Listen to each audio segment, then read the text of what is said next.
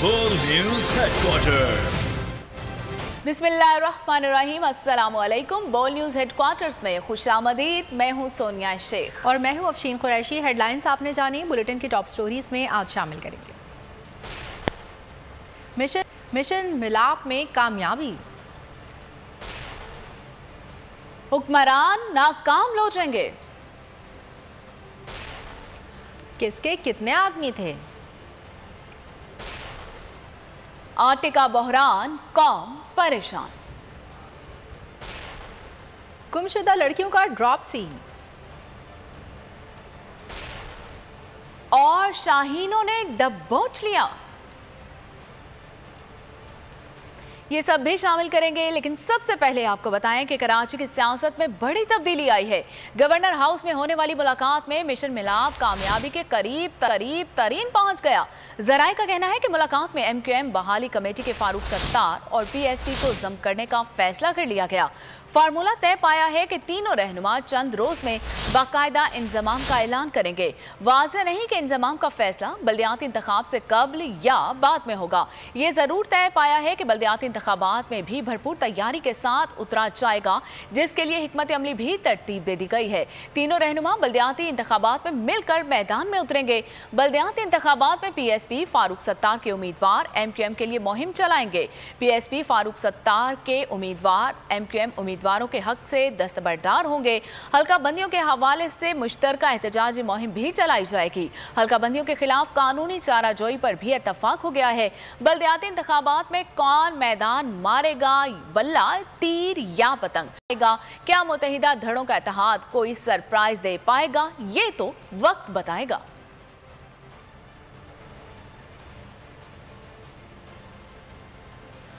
यहाँ पर आपको एक ब्रेकिंग न्यूज़ देंगे। सक्खर से बिजनेस एक्सप्रेस बड़े हादसे से बाल बाल बच गई। मुसाफिर बोगी रोड के करीब पटरी से उतर गई। हादसे के सबब अब ट्रैक रेलवे ट्रैफिक के लिए बंद हो गया।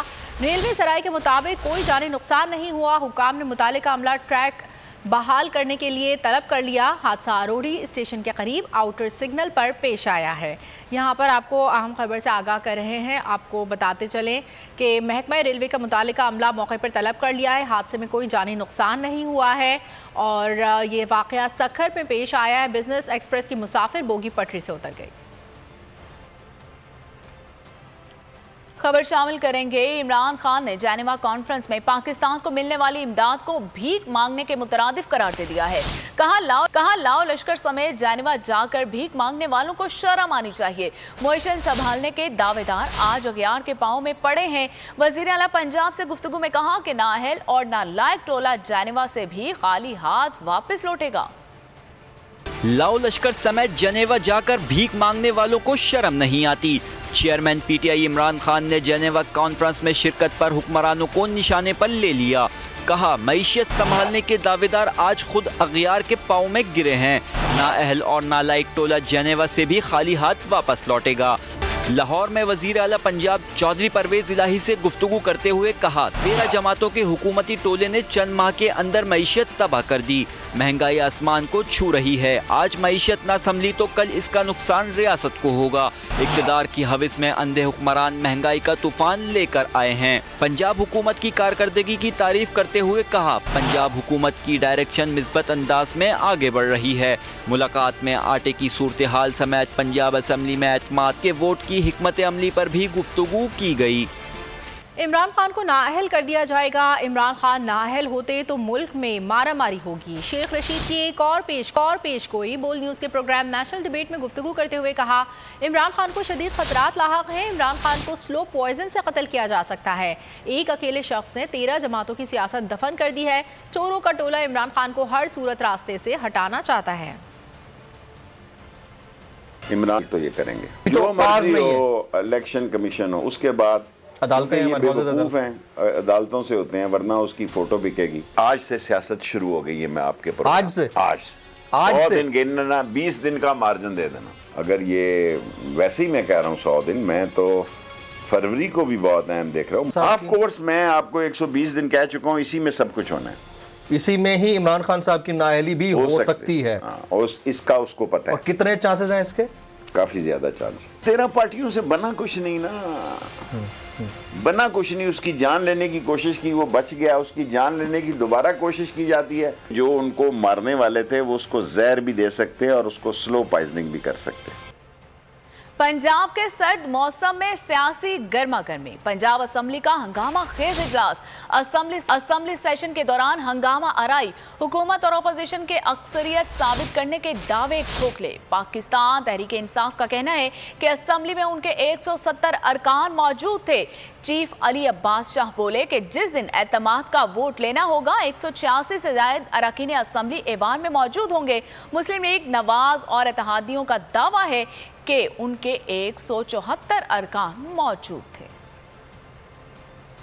सबकी नजरें पंजाब असेंबली पर। पहला हंगामा खेज इजलास। हुकूमत और अपोजिशन आमने सामने। असेंबली में शोर शराबा, हंगामा आराई। स्पीकर सप्तान खान की जेर सदारत पंजाब असेंबली का इजलास शुरू हुआ। इजलास शुरू होते ही अपोजिशन ने शोर शराबा शुरू कर दिया। अपोजिशन अरकान एजेंडे की कॉपियां फाड़ दी, नारेबाजी की, स्पीकर के डाइस का घेराव कर लिया। पाकिस्तान तहरीक इंसाफ और इनके इत्तेहादियों का कहना है कि ऐवान में इनके 170 अरकान मौजूद थे। चीफ वहीब अली अब्बास शाह बोले आज एतमाद का वोट लेना ही नहीं था। जिस दिन एतमाद का वोट लेना होगा 186 से ज्यादा अरकान असेंबली ऐवान में मौजूद होंगे। आज तारीखी कानून साजी की है। दूसरी तरफ नून लीग और इत्तेहादियों का दावा है कि असेंबली में 174 अरकान मौजूद थे। चीफ वहीब ताहिर खलील सिंधु का कहना है कि मुस्लिम लीग नून के ऐवान के अंदर 171 जबकि पीपल्स पार्टी के 3 अरकान असेंबली के अंदर मौजूद थे। आज के इजलास में हमारे पास 179 तक रुकने असेंबली ऐवान में मौजूद होंगे। पंजाब असेंबली में नंबर गेम की जंग। मुश्तरका पार्लिमानी इजलास में पीपल्स पार्टी के 2 अरकान समेत 157 अरकान की शिरकत। नून लीग ने आज मुश्तरका पार्लिमानी पार्टी का इजलास फिर तलब कर लिया। ख्वाजा साद रफीक बोले चौधरी परवेज इलाही ने एतमाद का वोट नहीं लिया तो अदालत जाएंगे। वफाकी वजीर ख्वाजा आसिफ का पंजाब हुकूमत को चैलेंज। कहा अगर इनके पास अक्सरियत है तो एतमाद का वोट हासिल कर लें। पंजाब असेंबली में नंबर गेम की जंग। अपोजिशन का मुश्तरका पार्लिमानी इजलास। इजलास में पीपल्स पार्टी के 2 अरकान समेत 157 अरकान ने शिरकत की। पीपी के 5 अरकान जबकि राह हक पार्टी का 1 रुकन इजलास से गायब रहे। नून लीग ने आज मुश्तरका पार्लिमानी पार्टी का इजलास फिर तलब कर लिया। राना सनाउल्लाह की सदारत में इजलास 12:30 बजे पंजाब असेंबली में होगा। मुस्लिम लीग नून ने एक बार फिर सियासी मामलात अदालत ले जाने का अंदिया दे दिया। वफाकी वजीर ख्वाजा साद रफीक का कहना था कि परवेज इलाही के पास 186 अरकान हैं तो एतमाद का वोट लें वरना हम अदालत जाएंगे। हमारी कैलकुलेशन के मुताबिक उनके पास 186 मेंबर्स नहीं जाएंगे और वहाँ जाके हम ज़ाहिर डिमांड करेंगे कि जी इन्होंने एतमाद का वोट नहीं लिया। तो मैं तो इस असूल से इत्तफाक नहीं करता कि आप कोर्ट में नहीं जा सकते। आप कोर्ट में क्यों नहीं जा सकते? कोर्ट्स हैं किस लिए? वजीर दिफा ख्वाजा आसिफ ने पंजाब हुकूमत को चैलेंज दे दिया। कहा हुकूमत के नंबर्स पूरे हैं तो एतमाद का वोट क्यों नहीं ले रहे? अगर उनके पास वोट पूरे हैं तो क्यों नहीं एतमाद का वोट ले रहे? सीधी सीधी बात है, मैं तो सियासी बात कर रहा हूँ। वोट का एतमाद का वोट लें, अगर उनके पल्ले वोट हैं तो क्यों नहीं ले रहे? मुस्लिम लीग नून और इत्तेहादी जमातों के मुश्तरका पार्लिमानी इजलास में अरकान असेंबली की तादाद कम होने पर ख्वाजा साद रफीक अपनी क़यादत पर बरस पड़े। हमजा शहबाज को निशाने पर ले लिया। बोले इमरान खान हमसे अच्छी सियासत कर रहे हैं, हमजा के सरगर्म न होने का नुकसान होगा। पंजाब असेंबली में किसके कितने आदमी हैं? असद उमर ने ऐवान के बाहर मीडिया से गुफ्तगू में कहा कि पंजाब में अक्सरियत दोबारा दिखा दी गई है। तमाद का वोट मर्जी से लेंगे। 187 अरकान की हिमायत हासिल है। मेंबरान को कॉल्स तो आ रही हैं लेकिन ज्यादा असर नहीं हो रहा। जवाब में राना सनाउल्लाह ने दावा किया है कि नून लीग को पंजाब में 189 अरकान की हिमायत हासिल है। हो सकता है कल हमारे अरकान की तादाद 180 हो जाए। सूबाई हुकूमत के पास अब अक्सरियत नहीं है। इजलास कल तक मुलतवी किया गया ताकि उनके नंबर्स पूरे हो सकें। परवेज इलाही इस्तीफा दें, हम हमजा शहबाज को मुंतखब करवाएंगे। मसला हमारी हुकूमत के नंबर्स का नहीं है, मसला हमारी हुकूमत के आगे चलने का नहीं है। ये जो निज़ाम है इससे पाकिस्तान तबाही की तरफ जा रहा है, तेजी से तबाही की तरफ जा रहा है। हमारे आज भी 179 मेंबर जो है वो पूरे थे और हो सकता है कि ये हाजिरी जो है वो कल तक 180 हो जाए। हम वोट लेने की हमें ज़रूरत नहीं है। जिस वक्त कानूनन को ज़रूरत पड़ेगी या हमारे ख्याल में सियासी तौर पर हमें ज़रूरत है एतमाद का वोट लेने की, हम बिल्कुल ले लेंगे। कोशिश करते रहे कि इनका नंबर जो है वो पूरा हो जाए। इनका नंबर जब पूरा नहीं हुआ, लास्ट को कल पे जो है इन्होंने अर्जन किया है। कॉलें तो आ रही हैं और सिर्फ जनूबी पंजाब नहीं है, तो खैबर पख्तूनख्वा के हमारे बहुत सारे लोग, मैं खुद ज़ाती तौर पे MNAs MPs के साथ मिला हूँ जो बोल रहे हैं, कॉल्स आ रही हैं। चौधरी परवेज अलाई, मेरा ये मुतालबा है कि आप इस्तीफ़ा दें और पाकिस्तान मुस्लिम लीग नून के पार्लिमानी लीडर जो हैं हमजा शहबाज साहब, वही हमारे जो है वो उम्मीदवार होंगे। आज का दिन पंजाब असम्बली का तारीखी दिन है। असम्बली कार्रवाई को सबूताज करने राना सनाउल्लाह मौजूद रहे। इतना फारिग वजीर दाखिला नहीं देखा। राजा बशारत ने मीडिया से गुफ्तगू में कहा, जब भी अदालत हुक्म देगी अक्सरियत दिखाएंगे। वफाकी हुकूमत पंजाब हुकूमत के 172 अरब रुपए क्यों नहीं दे रही? वफाकी हुकूमत मनफी हथकंडों इस्तेमाल कर रही है। नासिर हुसैन शाह जैसे बहुत से लोग पहले भी आए। जरदारी को समझ लेना चाहिए कि हर वक्त लोगों का ज़मीर खरीदा नहीं जा सकता। वज़ीर आज़म जनेवा में इमदाद के लिए गया है, यहाँ वज़ीर इंतशार पैदा कर रहे हैं। पार्टी ने पंजाब असेंबली में अपनी अक्सरियत जो है उसको साबित किया है। पाकिस्तान की तारीख में इतना फारिग वज़ीर दाखिला आज तक नहीं देखा। जब भी अदालत कहेगी इंशाअल्लाह ताला हम इसी ऐवान में आज की तरह एक दफ़ा फिर इंशाअल्लाह ताला अपनी अक्सरियत साबित करेंगे। गवर्नमेंट ऑफ पंजाब के 172 अरब रुपए से ज़्यादा उन्होंने देने हैं, जो बावजूद हमारी कोशिशों के हमें नहीं दिए जा रहे। अब जरदारी साहब को भी ये बात समझ जानी चाहिए, लोगों का ज़मीर खरीदा नहीं जा सकता। और वज़ीर आज़म जो है वो दर बदर की ठोकरें खा रहा है बैरून ममालिक इमदाद हासिल करने के लिए, और उसके वज़ीर जो हैं वो एक सूबे में इंतशार पैदा करने के लिए अपना किरदार अदा कर रहे हैं। पाकिस्तानी सलाम मुतासरीन के लिए जेनेवा डोनर कॉन्फ्रेंस, इंसानियत के लिए दुनिया हम आवाज़। आलमी बरादरी ने पाकिस्तान के लिए अरबों डॉलर इमदाद का ऐलान कर दिया। आलमी बरादरी और ममालिक ने पाकिस्तान को 10 अरब 57 करोड़ डॉलर इमदाद देने का ऐलान कर दिया, जिसमें इस्लामी तरक्याती बैंक के 4.2 अरब डॉलर और आलमी बैंक के 2 अरब डॉलर भी शामिल हैं। जनरल सेक्रेटरी अक़वाम मुत्तहिदा एंटोनियो गुतरस ने कहा कि पाकिस्तान को 16 अरब डॉलर की फौरी ज़रूरत है। वज़ीर आज़म ने कहा कि पाकिस्तान इस वक्त तारीखी नहज पर खड़ा है। सैलाब से खुराक की किल्लत ने जन्म लिया। दुनिया पाकिस्तान की मदद को आ गई। जनेवा में बड़ी बैठक लगी। आलमी बरादरी ने पाकिस्तान के लिए 10 अरब डॉलर की इमदाद का ऐलान कर दिया। इस्लामी तरक्याती बैंक की जानिब से 4 अरब 20 करोड़ डॉलर देने का ऐलान। वर्ल्ड बैंक की जानिब से 2 अरब डॉलर देने का ऐलान किया गया।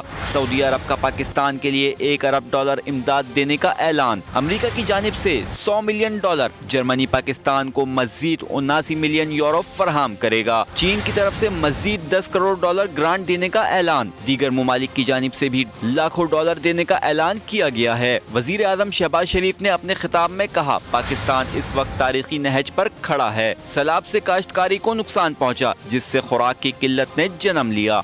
However, relief work is yet not over, especially in parts of Sindh and Balochistan, where the flood water still needs to be drained to reclaim the agricultural land, to grow food, to build homes, reconstruct infrastructure and rehabilitate institutions and services. अक़वाम मुत्तहिदा के secretary general Antonio Guterres ने कहा कि पाकिस्तान में सैलाब से तबाही के मनाजिर देखकर दिल टूट गया। मुतासिरीन की बहाली के लिए फौरी 16 अरब डॉलर की जरूरत है। 2022 बहुत सारे तोहफे भी देखे गया पाकिस्तान की आवाम को। पाकिस्तान की आवाम को एक तोहफा ये दिया कि आवाम को पता चल गया कि पाकिस्तान का मीडिया क्या है। साल 2022 में सबसे ज्यादा देखे जाने वाला चैनल बोल न्यूज रहा नंबर 1। हमने बहुत सारे शोज और ट्रांसमिशंस की, पूरा साल मुसलसल जदोजहद में निकल गया कि ये वोट ऑफ कॉन्फिडेंस के पीछे कौन लोग थे। तोड़े रेटिंग के सभी रिकॉर्ड। सोशल मीडिया पर भी सबसे ज्यादा तेजी से 2.4 बिलियन व्यूज का संगे मील अबूर किया। एंकर्स को भी आवाम में सबसे ज्यादा मकबूलियत मिली और सोशल मीडिया पर भी बोल रहा सब पर सब्सक्राइब करें और बेल दबाएं ताकि कोई खबर रह न जाए।